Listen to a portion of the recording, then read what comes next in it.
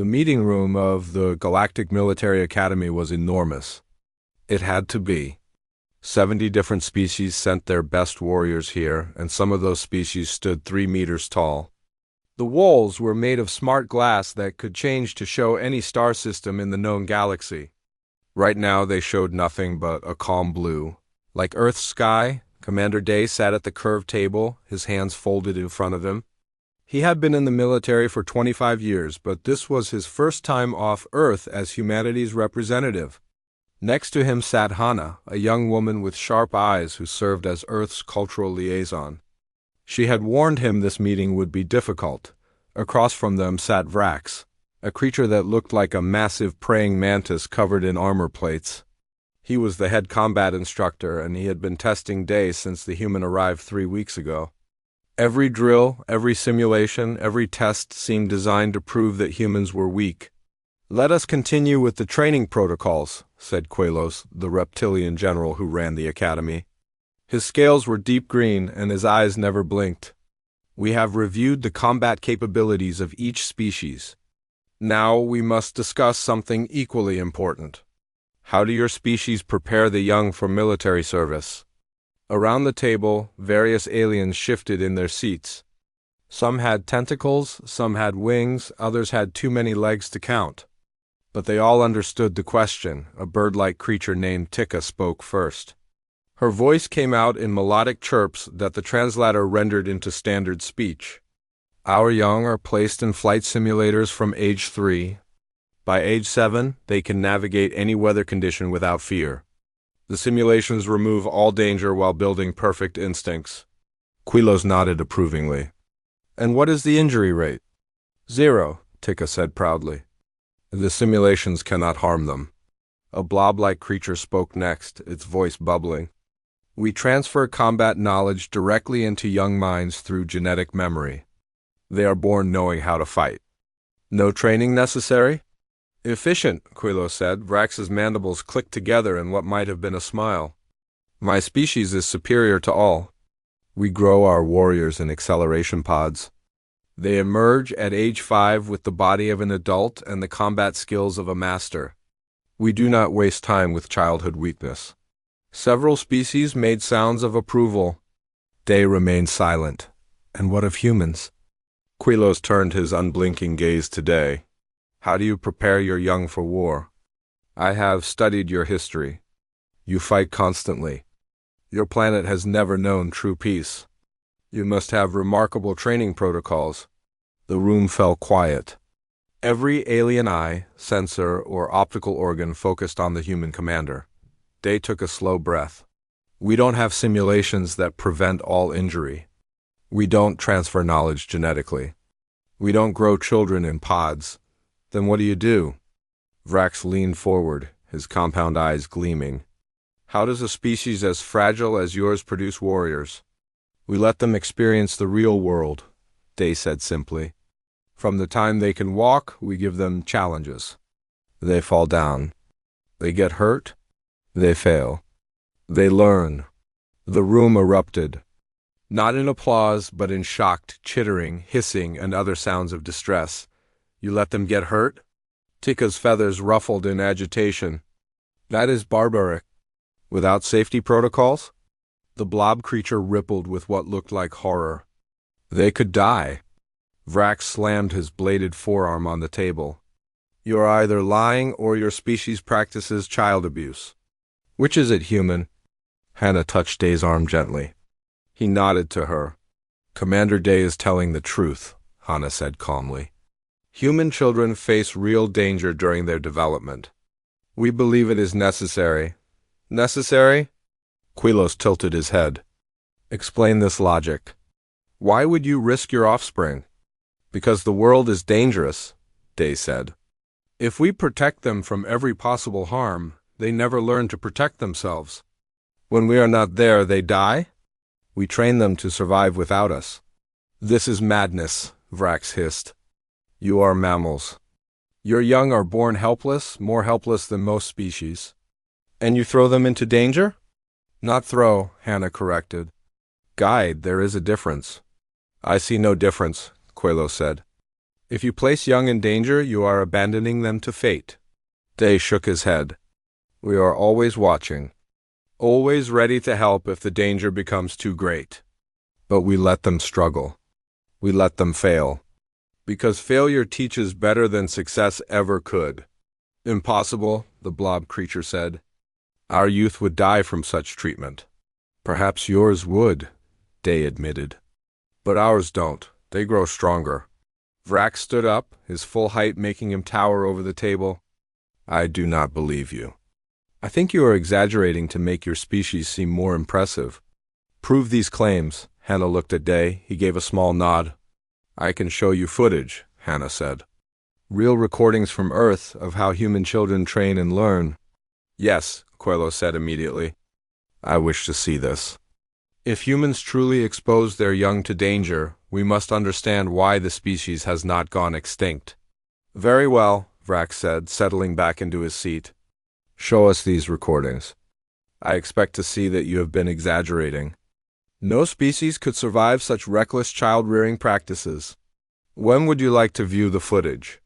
Hannah asked. Now, several voices said at once. Hannah pulled out a data chip from her pocket. She had prepared for this. She had known this question would come eventually.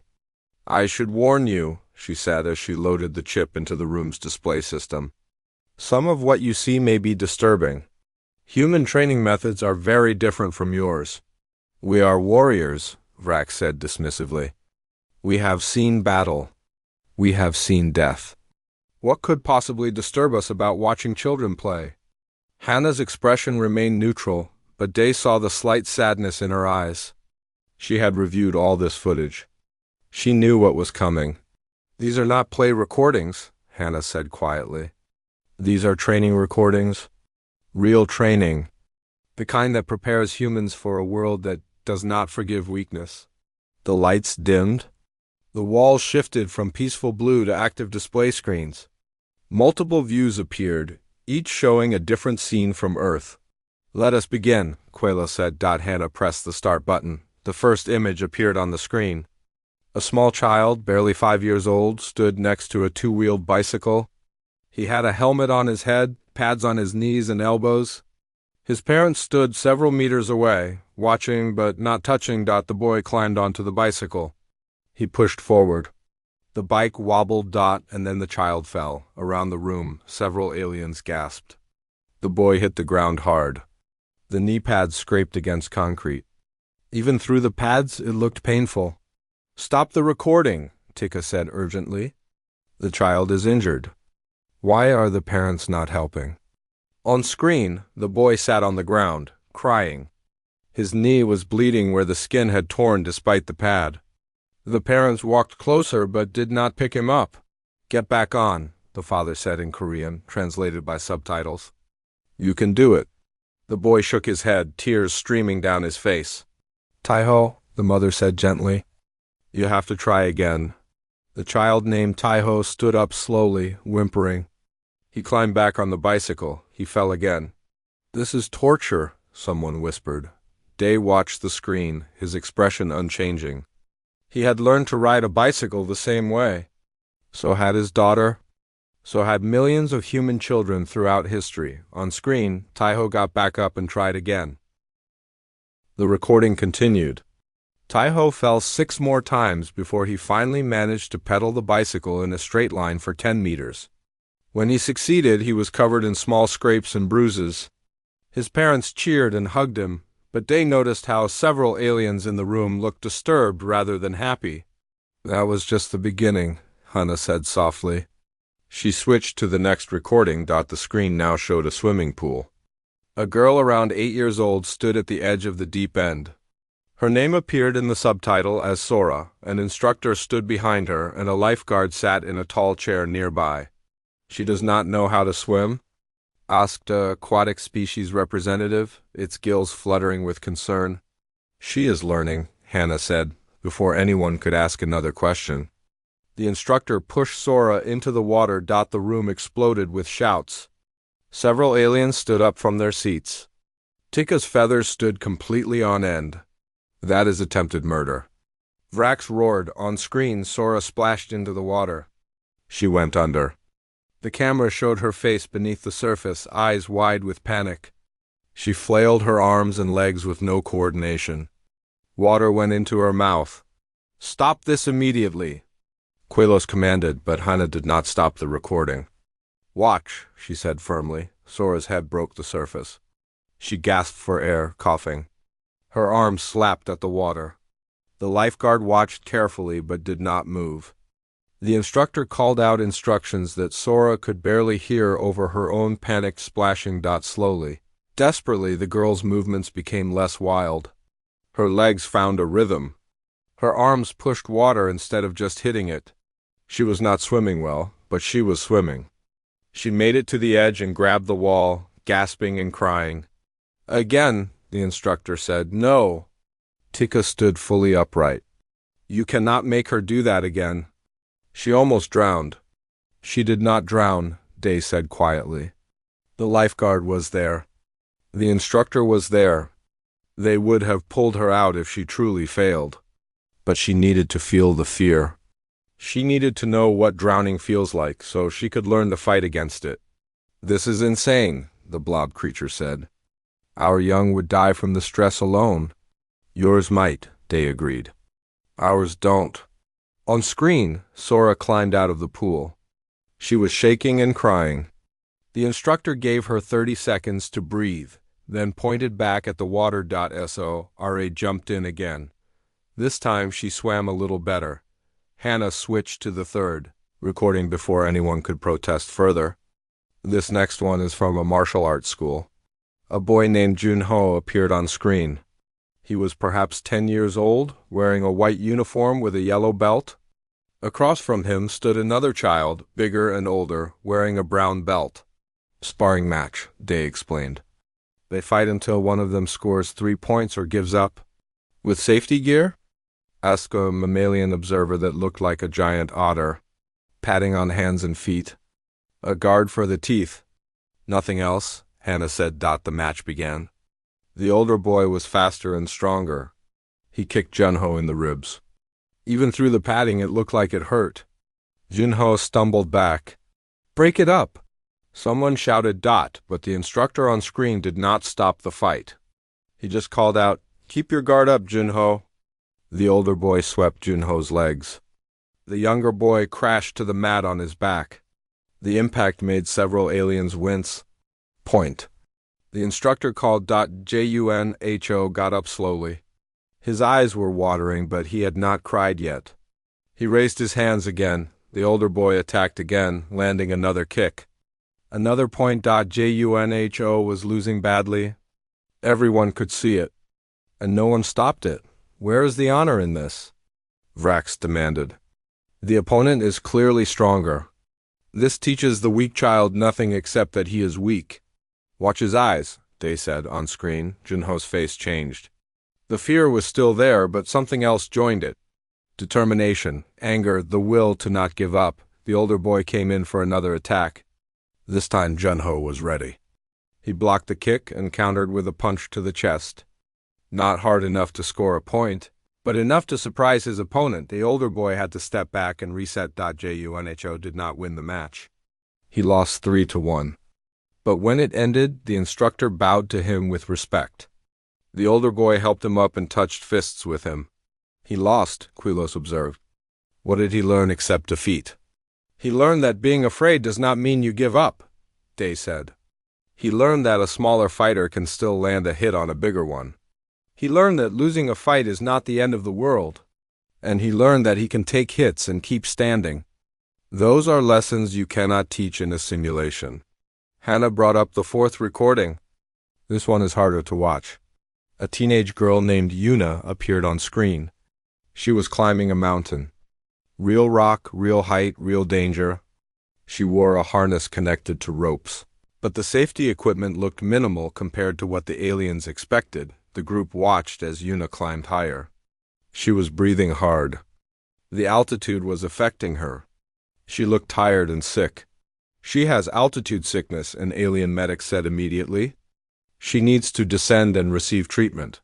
But on screen, Yuna's climbing instructor just handed her water and told her to keep going. "This is torture," Tika repeated. You are watching a child suffer for no reason. The reason is that mountains exist, Hannah said. And sometimes humans need to climb them. For rescue missions, for military operations, for survival. If she learns to push through altitude sickness now in a controlled situation with an instructor, she will not panic when it happens during a real crisis. Yuna reached the summit. She was crying from exhaustion and sickness. But she had made it. Does she feel proud? An alien asked quietly. Yes, Day said, watching the girl's face on screen. She feels proud. And she will remember this moment when things get hard again. She will remember that she can do difficult things. Hannah showed a fifth recording. A 12-year-old boy named Minho at a survival camp. Dropped in the forest with basic supplies and a radio for emergencies. 48 hours alone, Hannah explained. Alone? Several voices spoke at once. A child? Alone in wilderness? With supervision from a distance, Day clarified. Instructors watch from hidden positions. If real danger appears, they intervene. But the child does not know they are there. He must survive as if he is truly alone. The recording showed Minho building a shelter, starting a fire, purifying water, finding food. He made mistakes. His first fire went out. His shelter leaked when it rained. He ate berries that made him sick, though not dangerously, so he was scared. He cried at night when he thought no one could see him, but he survived. Why? Quilos asked, and his voice was quieter now. Less certain. Why do this to children? Because children become adults, Day said. And adults face situations where they are alone, where help is not coming, where they must save themselves. We can either let them experience that for the first time during a real emergency, or we can teach them in a safe way first. You call this safe? Vrax asked, but his anger had faded into something else. Confusion, maybe? Or the beginning of understanding. Safer than the alternative, Hannah said. She pulled up a final recording for this session. This one is from a historical archive. A war zone 20 years ago. The screen showed a city damaged by bombing. In the rubble, children worked alongside adults. Two of them, a girl named Laya and a boy named Heian, could not have been more than 13 years old. They were carrying water, helping dig through rubble, comforting younger children who were crying. They are in a war zone, someone whispered. They did not choose to be, Day said. But they were there anyway. And because they had been trained, because they had experienced hardship before, they did not break. They helped. They saved lives. The recording ended. The room was silent. Vrax's compound eyes were fixed on the dark screen. Your children suffer, he said slowly. They face pain, fear, and danger. This is cruelty. Yes, Day agreed. From a certain perspective, it is cruel. But it is a different kind of cruelty than letting them grow soft and then watching them die when the real world hits them. There must be another way, Tika said, but she sounded less certain now. Show us more, Quello said. It was not a question. It was an order. The reptilian general leaned forward in his seat, his claws tapping against the table surface. If this is truly how your species operates, we must understand the full extent. Hannah glanced at Day. He gave a slight nod. She had brought many recordings, organized from least to most intense. They had only seen the beginning. The next recordings are more difficult, Hannah warned. They show training that pushes children to their absolute limits. We are military leaders, Vrax said, though his voice had lost some of its earlier aggression. We can handle whatever you show us. Hannah loaded the next file. The screen showed a rock-climbing wall inside a gymnasium. A teenage girl, maybe 14, was climbing without ropes. The wall was only 5 meters high, with thick mats below, but the climbing holds were small and far apart. Her name was Yuna, the same girl from the mountain footage. This recording was from 2 years earlier. The room watched as she climbed. Her arms shook with effort. Sweat dripped down her face. She reached for a hold that was too far. Her fingers slipped. She fell. The landing on the mat was not gentle. The camera captured the moment of impact. Even with the padding, it looked painful. Yuna lay there for a moment, gasping. A woman, probably her instructor, walked over. "Get up," the instructor said. No sympathy in her voice. "You have 2 more attempts." Yuna stood slowly. Her left wrist was already swelling. She walked back to the wall. "She is injured," the mammalian observer said. "You are making an injured child continue training?" "The wrist is sprained, not broken," Hannah said. The instructor checked it. If it was broken, they would have stopped. But a sprain means you can still function. You just have to work through pain. That is barbaric," Tika said, but she was watching the screen with a horrified fascination. Yuna climbed again. This time she favored her good hand, adjusting her technique. She made it higher before her strength gave out. She fell again, landed hard again. The instructor made her try a 3rd time. On the 3rd attempt, Yuna reached the top. She was crying by the end, cradling her injured wrist. But she had succeeded. "What is the point of this?" Quilos asked. "What does she gain from climbing with an injury?" "She learns that injury does not mean helplessness," Day explained. "In combat, you will get hurt. If you stop fighting the moment you feel pain, you die." She needed to know she could push through it. Hannah switched to another recording. This one showed a young boy, maybe 12 years old, at a survival camp. His name was Minho, and unlike the previous footage of him, this time things had gone wrong. The recording was from a drone camera. Minho was supposed to be building a shelter and finding food. Instead, he had gotten lost. The sun was setting and he was clearly panicking. He was running through the forest, calling for help, tripping over roots. "Where are the instructors?" Someone demanded. "Watching from a distance," Day said. "They will not let him come to real harm. But they will not help him until he stops panicking and starts thinking." The group watched as Minho ran until he exhausted himself. He collapsed against a tree, breathing hard, tears streaming down his face. For 10 minutes he just sat there crying, then something changed. He wiped his eyes. He looked around. He stood up and started walking in one direction, slowly and carefully. He was using the setting sun to navigate. It took him 2 hours. But he made it back to camp. He learned more from that mistake than he would have from 100 successful camps. Hannah said quietly. The next recording made several aliens leave the room. It showed a martial arts class for children aged 8 to 10. But this was not a friendly sparring match. This was full contact fighting. The children wore protective gear, but the hits were real and hard. One boy, maybe 9 years old, took a kick to the stomach that doubled him over. He fell to his knees, gasping for air. The instructor did not stop the match. "Get up, Sung. 5 seconds or you forfeit."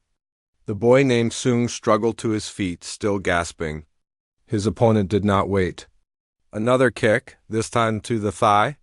Sung stumbled but stayed standing. "Defend yourself." The instructor shouted. Sung blocked the next strike. Then another.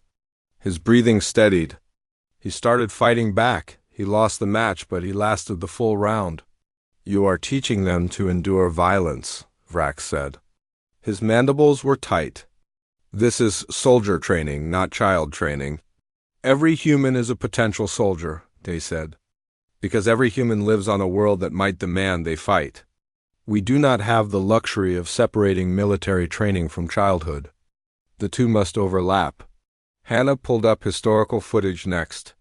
Combat training from 50 years ago, before Earth had even made contact with other species. The methods were even harsher then. Children running obstacle courses until they collapsed. Swimming in freezing water. Carrying heavy packs on long marches. This was necessary, Hannah explained. Earth had just ended a global war. Resources were scarce. Threats were everywhere. Children needed to be strong or humanity would not survive. "And now?" Quilos asked. "Your world is at peace. You have advanced technology. Why continue these harsh methods?" "Because peace never lasts forever," Day said simply. "And comfort makes you weak. We remember what happens when humans get soft. We remember the civilizations that fell because they forgot how to struggle. The next recording showed something different. A school classroom. Children about 10 years old were being given leadership tasks. One child was elected as a team leader for a project. His name was Jin. The project failed because of Jin's decisions. The other children were disappointed, even angry. Jin had to stand in front of them and explain what went wrong. He had to face their criticism. He had to accept responsibility. The camera captured his face. The shame. The weight of letting others down. You teach them to bear responsibility while young, Quilos observed, so they do not break under it when they are older. Yes, Hannah said. Leadership requires the ability to fail and continue. You cannot learn that from success alone. Another recording. A mother saying goodbye to her 17-year-old son Tae as he left for military service. The mother's face was carefully neutral until her son turned away. Then she wept. The scene cut to basic training. Tae was shown being pushed to complete exhaustion, running until he vomited, doing push-ups until his arms gave out, getting shouted at by instructors who showed no mercy. This is military training, Vrax said. We all do this to adult recruits. Why show us this? Watch what age he started preparing for this, Tae said. The footage jumped back. Tae at age 5, learning to swim in cold water. Tae at age 8, hiking with a heavy pack.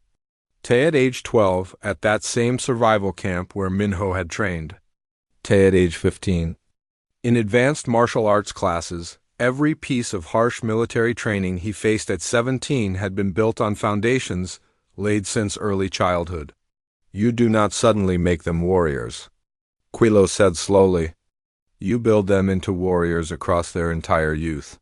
Yes, Day confirmed. Hannah loaded the final recording for this session. Her hands shook slightly as she did. This one is the hardest, she said.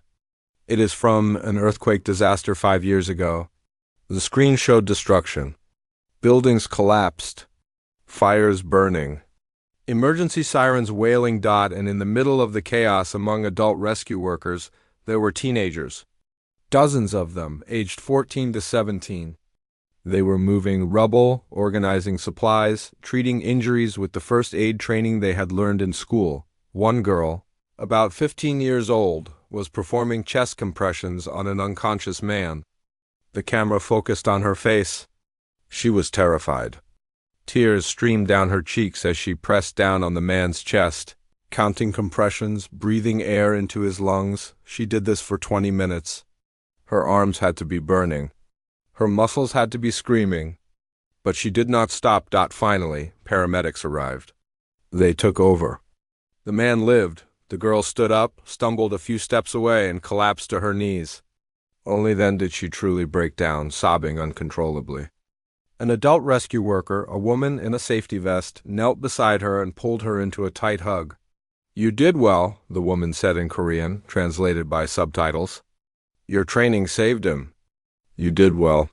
The recording ended. The room was completely silent. Not a single alien moved or spoke. Several were openly crying. Vrax's compound eyes were glistening with moisture. Tikka's feathers had gone flat against her body, a sign of deep emotional distress. Even Quelos, who had been a military commander for 3 centuries, looked shaken. Quelos stood up slowly, his 3-century-old eyes fixed on Day and Hannah. I need to understand, he said, his voice rougher than usual.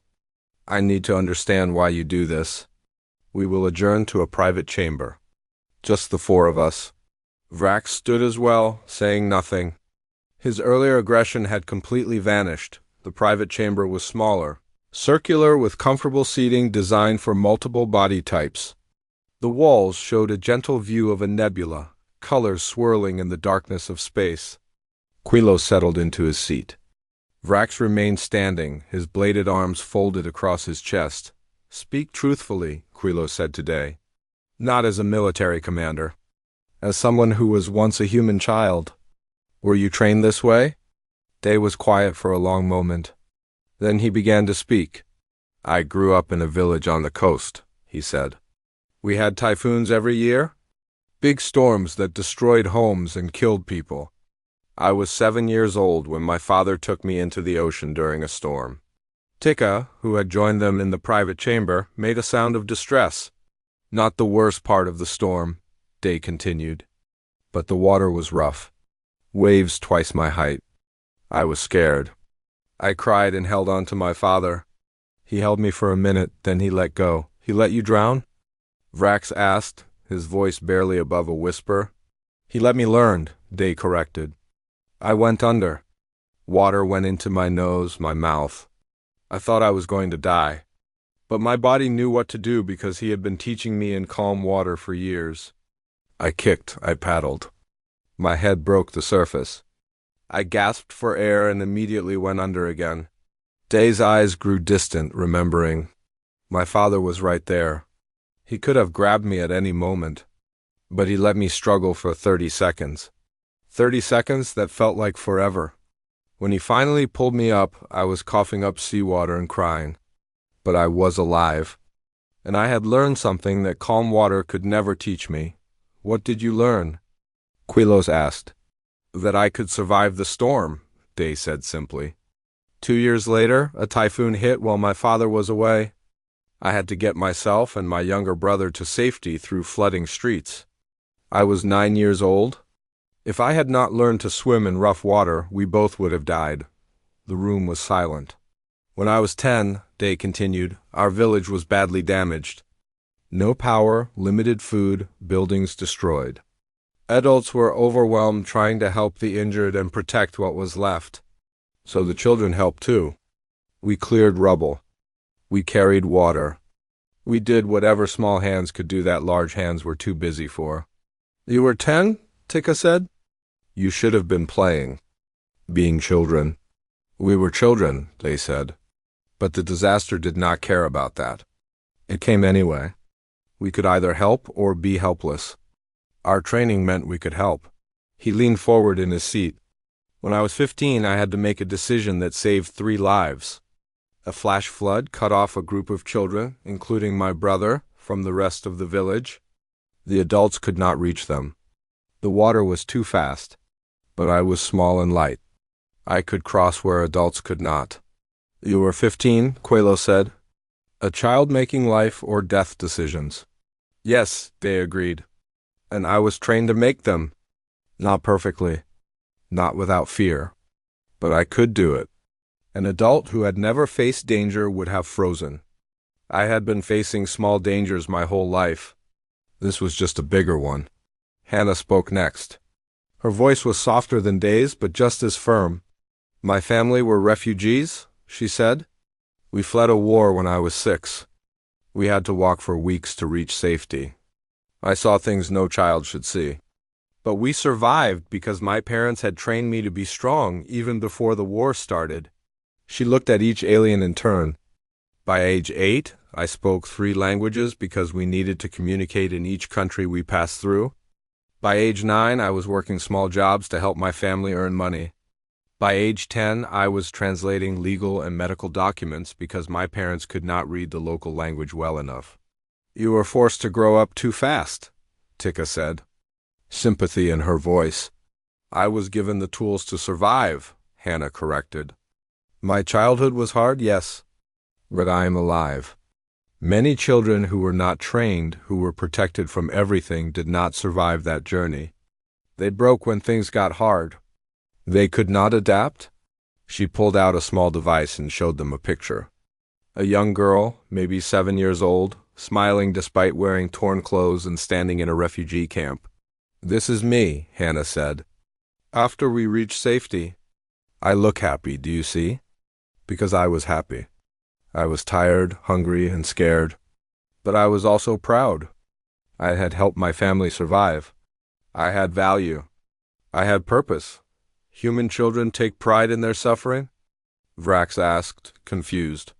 Not in the suffering itself, Day explained. In overcoming it. There is a difference. We do not make children suffer for no reason. We make them struggle against challenges so they can feel the pride of victory. Even if that victory is just surviving. Quilos was quiet for a long time. When he spoke, his voice was thoughtful. Your species has no unified world government. Is that correct? Correct, Hannah confirmed. We have hundreds of different nations, each with their own rules and cultures. And your planet has extreme weather variations? Multiple climate zones. Frequent natural disasters, Quilos continued. Yes, Day said. Earthquakes, tsunamis, hurricanes, tornadoes, floods, droughts, volcanic eruptions. Earth is not a gentle world. And your species evolved as prey animals initially. You had predators hunting you. Many predators, Day agreed. We learned to be clever because we were not strong. We learned to work together because we were not fast. We learned to adapt because we could not rely on being the biggest or toughest. Quilo stood and walked to the window, looking out at the nebula. I begin to understand. Your world offers no safety. Your species has no single culture to rely on. Your bodies are not naturally armored or weapons, so you must make your children into weapons, into tools of survival. We make them into survivors, Day said. There is a difference. A weapon is used by someone else. A survivor acts on their own. Vrax finally spoke. His voice was different now, quieter, less certain. My species is grown in pods. We emerge knowing how to fight, knowing our place in society, knowing our purpose. We are never confused, never lost, never weak. He turned to face Day. But we also never learn to adapt. If the situation is not what we were programmed for, we struggle. We do not know how to improvise, how to overcome the unexpected. That is the trade-off, Day acknowledged. You have efficiency and immediate capability. We have adaptability and resilience. Neither approach is perfect, but your approach creates something we do not have, Vrax said slowly. Your children learn that they can face the unknown and survive. They learn that failure is not death. They learn that pain is temporary, but growth is permanent. Yes, Hannah said. That is exactly it. Quilos turned from the window. What about the psychological damage? Surely some children break from this training. Some do, Hannah admitted. Not every human responds well to harsh training. Some children are naturally more sensitive, more fragile. For them, we adjust the methods. Make them gentler. The goal is not to break children, but to build them up. But you showed us footage of children crying, suffering, in pain, Tika said. Crying does not mean breaking, Day said. Humans cry to release stress. It is healthy. A child can cry from pain or fear and still continue forward. Breaking is when they give up completely. When they lose all hope, we train them up to the edge of breaking, but never past it. How do you know where that edge is? Quilos asked. Experience, Hannah said. Thousands of years of raising children. We watch them carefully. Good instructors and parents know when a child is being challenged and when they are being destroyed. We aim for the first, not the second. And what of children who have no parents? Vrax asked. Who have no one to watch them carefully. Day's expression darkened. Those children have the hardest lives. Many do not survive. That is one of the great failures of my species. We know how to train children in harsh conditions, but we do not always provide the support structure they need. Some children face the world alone, with no guidance. Some survive and become incredibly strong. Others break. That is a terrible thing, Tika said quietly. Yes, Day agreed. It is one of humanity's greatest shamas. We have the knowledge to protect our young, but we do not always provide it equally. Some children get excellent training and support. Others get neither. The room fell silent again. Finally, Quello spoke. I have a question. If your training methods are so effective, why did you not share them with us before? Why wait until we asked? Hannah and Day exchanged a glance. Because we knew how you would react, Hannah said. Every species that learns about human child-rearing practices is horrified at first. You see the pain and danger before you understand the purpose. If we had simply told you our methods, you would have rejected them immediately. She is right, Vrax admitted. If you had simply said you throw children into danger, I would have called you barbarians and refused to work with humans. But you showed us footage, Quilo said. You let us see the full picture. The struggles, yes, but also the results. The children who survived. Who learned. Who grew stronger. And now? Day asked. What do you think now? Quilos looked at the other aliens in the room. Vrax nodded slowly. Tika's feathers were still flat, but she was no longer making sounds of distress. I think, Quello said carefully, that I am beginning to understand why Earth has never been successfully returned to the main chamber the next day. Word had spread through the academy about the human child training footage. The room was packed with more observers than before. Officers from 24 species had requested permission to attend. Quello stood at the head of the table. Commander Day and Officer Hana have agreed to show more footage. I warn you all now, what you are about to see is disturbing. It goes against everything most of our species believe about protecting the young. But I ask you to watch with open minds. Hana stood and loaded the final set of recordings. These are the most important ones, she said quietly. They show not just our methods, but our reasons. Not just the struggle, but the love behind it. The first image appeared. A father and daughter at a swimming pool. The girl looked about 6 years old. Her name was Nari. The subtitles identified the father as Jinwoo. Nari stood at the edge of the deep water, crying. She did not want to jump in. I will catch you, Jinwoo said gently. I promise. Nari shook her head, tears streaming down her face. She was terrified. Trust me, her father said. Finally, Nari jumped. Jinwoo caught her immediately, holding her safe. They did this 3 times. Each time he caught her. Each time she cried less. Then, on the 4th jump, Jinwoo stepped back. He did not catch her. Nari went under the water. The camera captured her face beneath the surface, eyes wide with shock and betrayal. She came up gasping, flailing her arms. Swim to me, Jinwoo called, backing up toward the deeper water. You promised. Nari cried, hurt in her voice. And now I am teaching you, Jinwoo said. Swim. In the viewing chamber, several aliens made sounds of shock. A father had broken a promise to his child. How could this be anything but cruelty? But the camera stayed focused on both faces. Nari struggling in the water. And Jinwoo, with tears running down his face, he was crying too. Swim, my daughter, he said, his voice breaking. I know you can. I know it hurts. But you must learn. Nari tried. She went under twice more. Each time she came back up, her father was there, just out of reach, ready to grab her if she truly failed. But encouraging her to try, on her 5th attempt, she managed 3 strokes. Then 5. Then 10, she reached her father, and he grabbed her immediately, pulling her into a tight embrace. Both of them were crying now. I am so sorry, he whispered, holding her.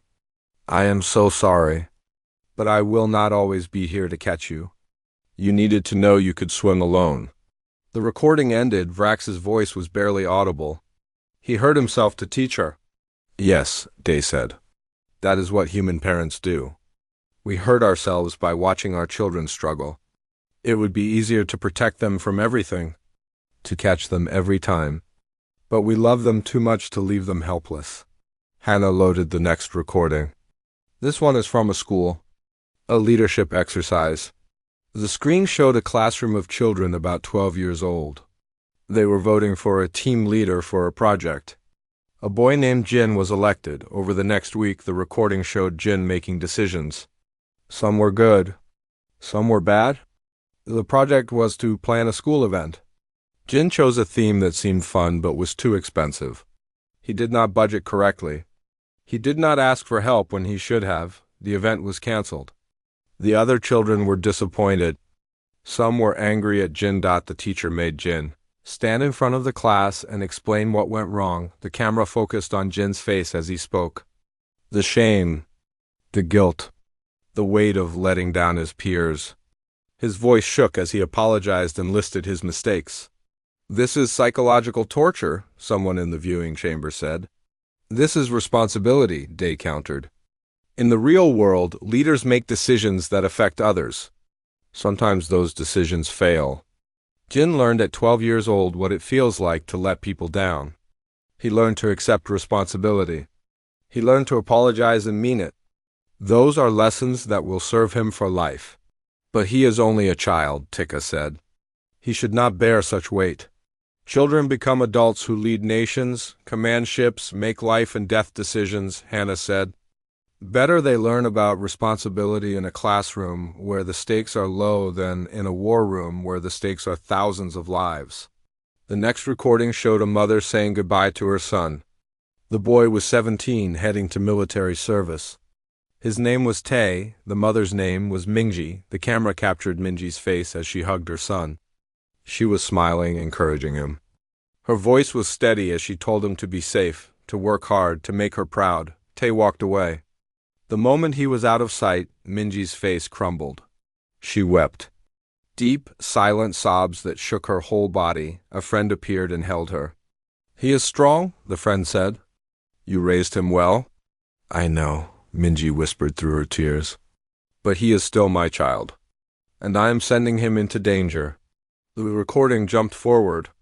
Tae in basic training. Running until he vomited. Doing exercises until his muscles failed. Getting shouted at by instructors. Facing physical and mental challenges designed to push him to his absolute limit. Some recruits quit. Some broke down. Tae struggled, but he continued. Every hardship he faced, he had been prepared for by years of training. The final scene showed Tae receiving his graduation pin. Minji was there. She placed the pin on his uniform herself, her hands shaking. Both of them cried. "I am proud of you," she said. "I know, Mother," Tae replied. "Thank you for making me strong enough for this." The recording ended. The viewing chamber was silent except for quiet sounds of crying from multiple species. Hannah loaded the final recording. "This is the one I have been avoiding," she said softly. "This is the hardest to watch." The screen showed disaster footage. An earthquake had struck a city 5 years earlier. Buildings had collapsed. Fires burned. Hundreds were trapped under rubble. Professional rescue workers were there with their equipment and training. But there were not enough of them. Too many people needed help at once. So the teenagers came, students from nearby schools. Age 14 to 17 arrived at the disaster site. They had their school emergency training, basic first aid, basic rescue techniques. They started helping. The camera followed one girl. She was maybe 15 years old, wearing a school uniform covered in dust. She was working with a team of adults to move rubble from a collapsed building. They found a man trapped beneath concrete. He was unconscious. "No pulse, CPR," the team leader said. "Who knows CPR?" The girl raised her hand. "I do. I learned in school." She knelt beside the man and started chest compressions. The camera focused on her face as she worked. She was terrified. Her arms shook with effort. Sweat and tears mixed on her face. 1, 2, 3, 4, she counted. Press, press, press. Breathe into his mouth. Back to compressions. Paramedics are coming, someone said. Keep going. She kept going. 1 minute. 5 minutes. 10 minutes. Her arms had to be burning. Her muscles had to be screaming. But she did not stop. 15 minutes. 20 minutes. Finally, paramedics arrived with proper equipment. They took over. They used their machines. The man's heart started beating. He lived. The girl stood up slowly. She looked at her hands, covered in dust and blood. She looked at the man being loaded into an ambulance. Alive because of her, she took 3 steps away from the rescue site and her legs gave out. She collapsed to her knees and started sobbing. Not gentle tears, but deep, body-shaking sobs of someone who had just experienced something far beyond her years, a woman in a safety vest. A professional rescue worker ran over and pulled the girl into her arms. "You did well," the woman said, holding the teenager tight. "You saved him. Do you understand? Your training saved him. You did well." The girl could not speak through her tears. She just held on to the woman and cried. The recording ended. The viewing chamber was completely silent. Not a single sound. Then, slowly, the sounds of crying began. First from Tika, her feathers trembling. then from others. The mammalian observer had its face in its paws. The blob creature was rippling with distress. Vrax stood motionless, his compound eyes streaming with moisture. For a warrior species that prided itself on toughness, crying was shameful. But Vrax could not stop. He did not even try. Quellos was sitting very still, his clawed hands clenched on the table. His eyes were wet. She was 15, someone whispered. 15 years old? Another voice echoed. And she saved a life. Vrax's voice came out broken. They are children. They should be sheltered, protected, kept safe from the horrors of the world. He paused, struggling with his words. But you make them strong enough to protect others. They suffer so that they can end suffering. They face fear so they can bring courage. He looked directly at Day, his voice barely above a whisper. What kind of species does this? What kind of love is this? Day stood slowly. His voice was firm but gentle. The kind of love that knows we will not live forever. The kind of love that prepares children for a world we cannot fully protect them from. We do not make them suffer because we are cruel. We make them struggle because we are honest. Hannah stepped forward. Every parent wants to shelter their child, to take away all pain, all fear, all hardship. It is the most natural feeling in the world. But human parents love their children too much to let them grow weak. We hurt ourselves by watching them struggle because we know that struggle will save their lives later. The father in the pool, Quillo sighed.